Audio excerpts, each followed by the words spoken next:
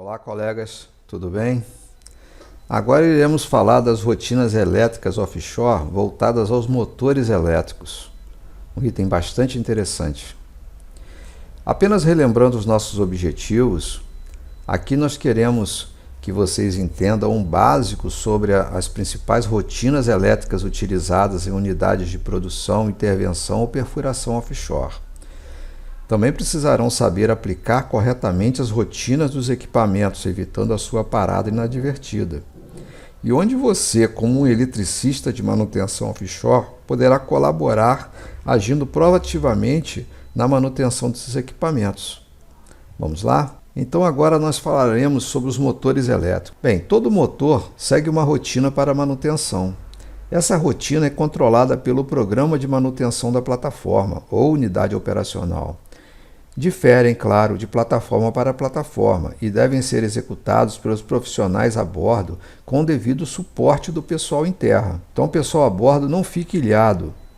O pessoal vai precisar ter um apoio do pessoal em terra para que seja feita uma compra em última instância ou mesmo um apoio técnico necessário para que os trabalhos a bordo sejam feitos a contento. Vamos iniciar com o rotor.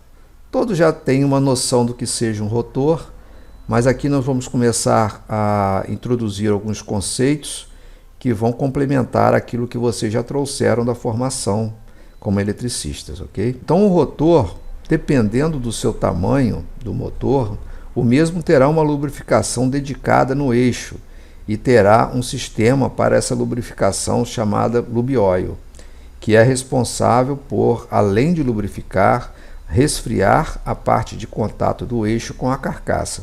Todos nós sabemos que o eixo e a carcaça têm um atrito, que em alguns lugares vamos ter aqui selos, vamos ter rolamentos e tudo mais para fazer esse acoplamento da melhor maneira possível. No rotor precisamos estar atentos a folgas. Essas trarão vibração e aquecimento, ou seja, através da termografia e análise de vibração, saberemos se existe essa folga. Ainda o rotor poderá ter bobinas, que devem ser analisadas através de megagem e do índice de polarização que veremos mais à frente. A carcaça. Bem, ela protege as partes internas, tem a caixa de ligação em seu exterior e suporta o eixo. Logo, sua integridade deve estar muito boa. Deve ser analisada a sua corrosão. E como estamos trabalhando em alto mar, corrosão é o que não falta, não é mesmo? Tratamentos com pinturas especiais são sempre feitos em motores a bordo. Se faz necessário sempre estar atento enquanto a corrosão está afetando a carcaça para que a mesma suporte o peso do trabalho para o qual o motor foi projetado. Caixa de ligação é onde as pontas para a entrada de energia do motor são conectadas. Dependendo da área que o motor está instalado, essa caixa poderá ter especificações diversas. Por vezes para não entrar água, por vezes para não entrar gás. Por isso, a integridade física dessa caixa é muito importante. Nessa caixa também coletamos informações importantes para a vida útil do motor, através da megagem do mesmo. As bobinas.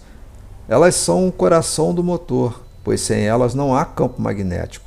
Não há geração de força eletromotriz para que o motor gire, não é mesmo? Por isso, uma atenção especial deve ser dada. Através da megagem do motor é que conhecemos como estão as bobinas. As bobinas, então, são o coração do motor, pois sem elas não há campo magnético. Por isso, uma atenção especial deve ser dada. Através da megagem do motor é que conhecemos como estão as bobinas.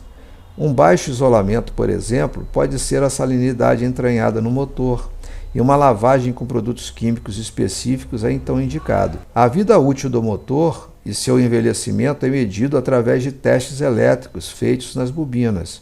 A seguir veremos como são feitos. Esses testes serão de grande importância para a manutenção do motor.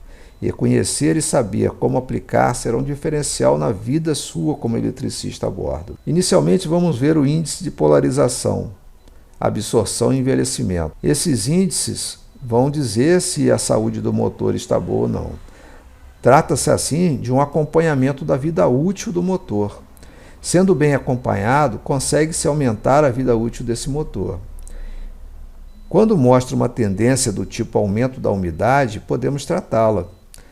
Quando vemos salinização, também podemos tratá-la. A seguir veremos inicialmente o índice de polarização, por se tratar de tema muito importante e pouco valorizado. Quando você mede a resistência do isolamento, você está verificando o estado de isolamento em um determinado momento. Pode ser que no momento em que você fez aquela medição, existia umidade nos enrolamentos, e os resultados mostraram essa situação. Eliminada a umidade, os valores se elevarão bastante. Todavia, isso não assegura que o isolamento está em bom estado.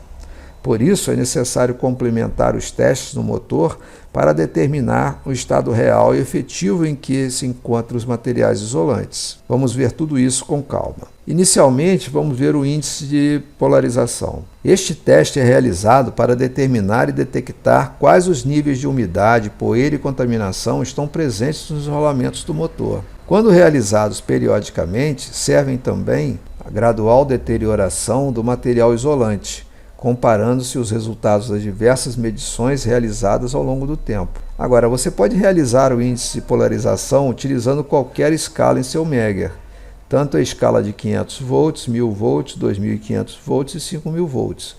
No exemplo aqui, estaremos trabalhando com o Megger na escala de 500 volts. Com um tempo de 30 segundos, medimos aqui 1800 megaohms. Com 1 minuto, 2600 megaohms. Com 10 minutos, 15.000 megaohms.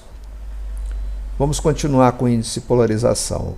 Para calcular o resultado, divida o valor obtido em 10 minutos pelo valor obtido em 1 minuto. O índice de polarização IP vai ser 15.000 dividido por 2.600, que vai nos dar aí um índice de 5,76. Assim, agora que você fez essas medições, anotou os resultados e fez a conta, veja na tabela abaixo o estado em que se encontra o material isolante sob o ponto de vista do índice de polarização. Se ele estiver entre 0 e 1, esse índice de polarização vai estar numa condição perigosa.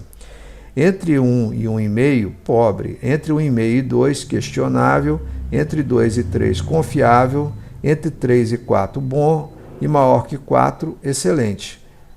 No exemplo dado e conferindo com a tabela acima, você pode observar que o estado do isolamento está excelente, pois está acima de 4 na tabela. Use essa tabela como consulta toda vez que for verificar o índice. Agora vamos ver o índice de absorção. Com os valores obtidos no índice anterior de polarização, faça o cálculo a seguir e compare isso com a tabela. Divida o valor obtido em 1 minuto pelo valor obtido em 30 segundos. Encontramos 1,44, correto? Comparando o resultado com a tabela abaixo, você conclui que a situação do isolamento em relação ao índice de absorção está bom, pois situa-se entre 1,4 e 1,6. Use essa tabela como consulta toda vez que for verificar o índice de absorção. Então aqui 1,44 está aqui entre 1,4 e 1,6, na condição boa. O índice de envelhecimento. Bem, esse índice não está previsto em normas, mas é muito útil para você avaliar com segurança a situação dos enrolamentos dos motores ou geradores. Primeiro vamos tirar novamente a megagem aqui, o mega 500, pegar esses dados aqui.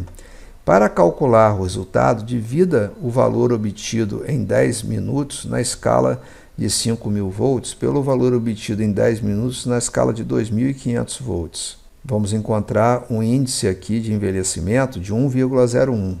Compare agora com a tabela abaixo. Para você que trabalha na manutenção de motores elétricos, esses testes são muito úteis para determinar com segurança o grau de confiabilidade em que se encontram os seus equipamentos.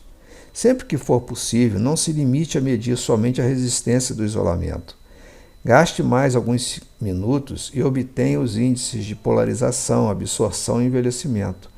Compare os resultados obtidos nas medições com as tabelas mostradas e tome as medidas preventivas apropriadas para evitar maiores problemas. Lembre-se que toda manutenção é gerida pelo sistema de manutenção da plataforma e as ordens de serviço são geradas a partir das informações de cada componente. Para motores sempre teremos preventiva, preditiva e corretivas. Cabe ao eletricista conhecer cada motor de sua plataforma, posição, potência, fabricante, Essa relação sempre vai variar em cada plataforma. Segue exemplos de serviços de manutenção. Em casos de manutenção preventiva, faremos um acompanhamento diário dos parâmetros. Limpeza, verificação visual. Não se coloca a mão em equipamentos rotativos em funcionamento, não é mesmo? Nem mesmo na lubrificação e etc. A manutenção preditiva podemos fazer através da termografia, análise de vibração, megagem, verificação das conexões. E a manutenção corretiva, quando alguma peça apresenta defeito, infelizmente pode ser um conector, um rolamento, uma ventoinha ou, no último caso, o próprio motor. Aqui as nossas referências e muito obrigado por assistirem. Até a próxima.